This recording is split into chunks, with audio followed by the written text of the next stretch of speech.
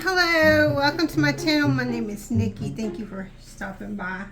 I have not posted on YouTube in a long time, and so I thought instead of trying to jump in with a tutorial or anything like that, I would show some pieces that I created in the past year. And there's kind of 4 distinct styles that I have been working with over the past year, and yeah, so I thought I would share them. Let's start with these ones. So these ones, there's an artist, I don't know her name, but if I can remember, I will link her in the description. But she gets marbles and ink and then rolls the marbles around and that kind of stuff, and it's really kind of therapeutic. You don't have to think too hard on it, and it can be as complicated as you want it to be. So for me, I just like to roll the marbles around and then color in different areas. So these are some of the pieces that I did in that style, and this was done with acrylic ink, the rolling bit, and then I would come back in with like acrylic markers, or sometimes even watercolor, and I would do the coloring in. It just depends. The university that I work for, its colors is black and gold, and so I kind of embrace that. And there's different sizes. I do like, for this style, I do like working in a square format for some reason. This, you can see, is watercolor, colored in those, and I like how you can drip some of the ink on the paper, and it's just really nice. Here's another one. So lots of different sizes and colorways. I think this is one of my favorite one. It was done completely with watercolor, so I just made like a wash and let it sit for a little bit, and then I used it after, you know, watercolor thicken up a little bit after you let it sit. And then all the color in was with watercolors.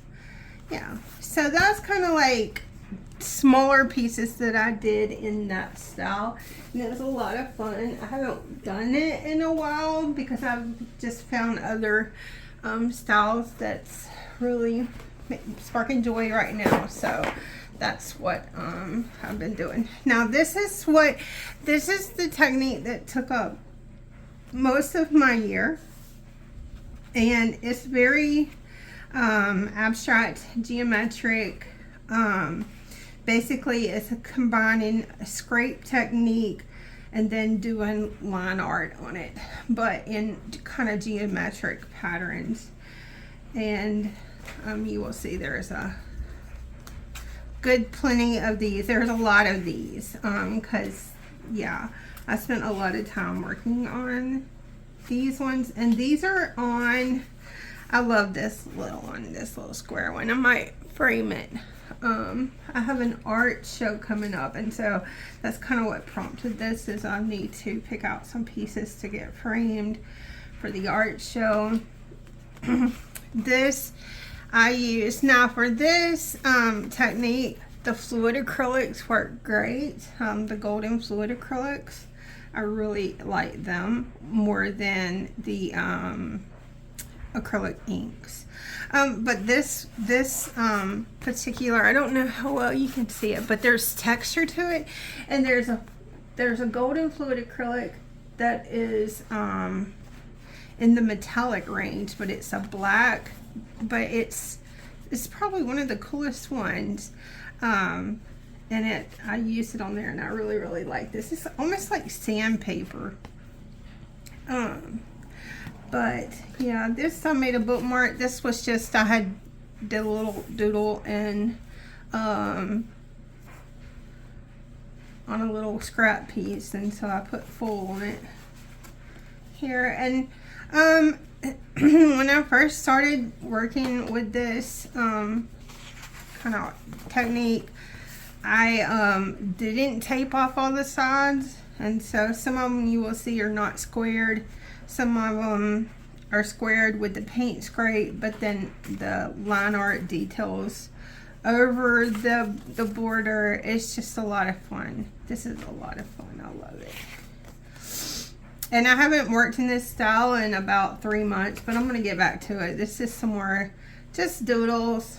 Not everything is art show worthy, but it's a lot of fun. Some of this paper is lighter weight, and just really experimenting to see what paper is best for this. And to be honest, the acrylic paper, like I get mine from Hobby Lobby and Michael's, but the heavier weighted paper that's made for acrylic painting or for watercolors really does work the best for this style because of this scrape art. And I like having the texture. This is one of my favorite pieces. I really like how this come out. Lots of fun. I don't think I finished this one. Nope, I didn't finish it. But you can see, like, I put the paint down and then I go in. You just have to be conscious of negative space whenever you're laying down your paint. And so sometimes less is more.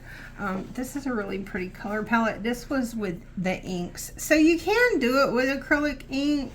It's just the color is not as vibrant, I don't think. But if you like, you can see here, it's very transparent. So you can see the other detail over. So, yeah, I mean, there's pros and cons to the different mediums. You can use heavy body acrylic to do this if you want. I guess you could use oil, but I wouldn't because the dry time is insane. But, yeah, I didn't finish this, but this, you can just see, it's just doodles. It's just, I was just trying to figure out different little things. This is pretty cool. Here, these little, they look like stalagmites. Is that what they're called? Here's another. I was trying to see if I could make another bookmark. This is one of the first ones I did, and you can see it's not like within the border of color. It's really less organized, I think. And I started taping off and seeing within. This, I put down the swipes, and then I did some detail work, and then I was like, let's roll some marbles on top of it. So it's a conglomeration of all of it. It was fun. It was, I don't think it was something I want to recreate, but it was fun. This is kind of cool. This was the same thing as before. And you can see I did this again. Just trying out, like, you know, you gotta experiment. You can't worry about wasting your supplies. The only wasted supplies are supplies that's not used. This is another one where I scraped and then did the marbles on top. And again, like, after I did a few, I realized I don't like that.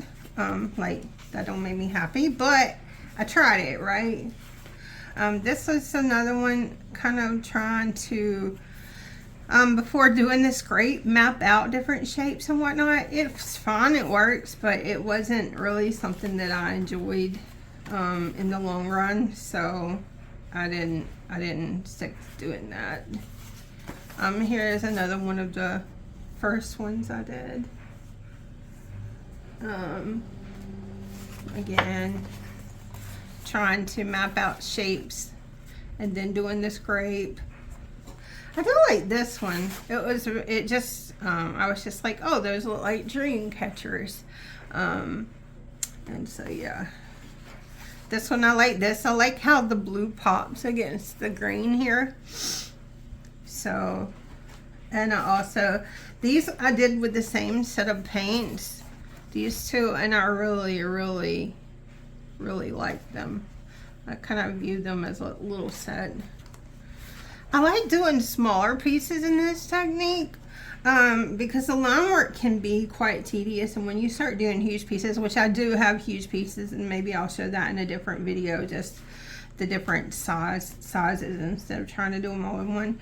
But the larger the piece, the more time it takes, and my attention span sometimes runs short. So I really liked doing these smaller pieces. I like purple and teals together. They're really nice. I am more of an earth tone person. But sometimes I try to branch out of my comfort zone so that everything doesn't look the same. You can see there's a lot of these that I did. But I just do them and then I just stick them in my little folder. This one I really, really like a lot. And actually this was done on Bristol paper, and it was done with inks instead of paints, and I really like this gradient here. This is probably one of my favorite pieces as well. I like the very geometric shapes here, and how bold this checker pattern is. I like this section. I don't know how well you can see it. It looks like little eyeballs or something. Anyway, that's lots of fun, but yeah. And I do like this piece. This black is that acrylic fluid that I like. It's mitocon. It starts with an M. Anyway, yeah.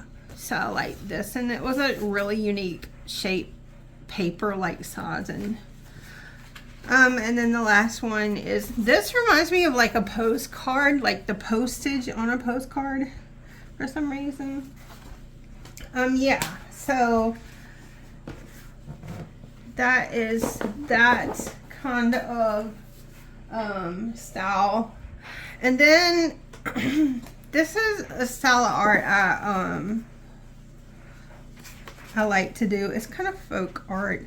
This is a cute cat I painted with watercolors. He has good fun. Just some doodle. But these are floral images that I like.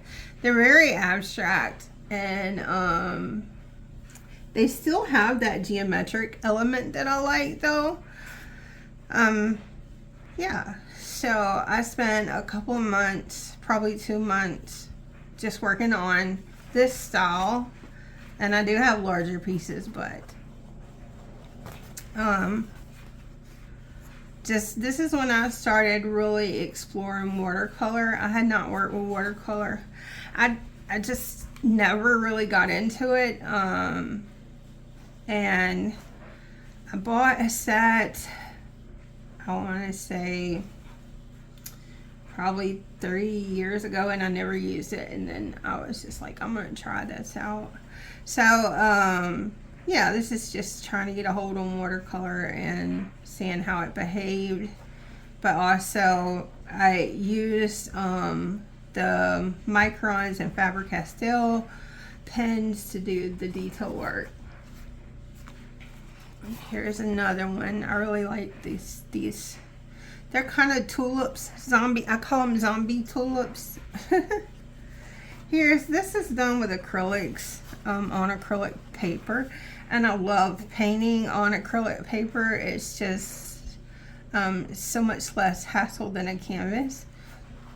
So yeah, nothing fancy, just like doodling.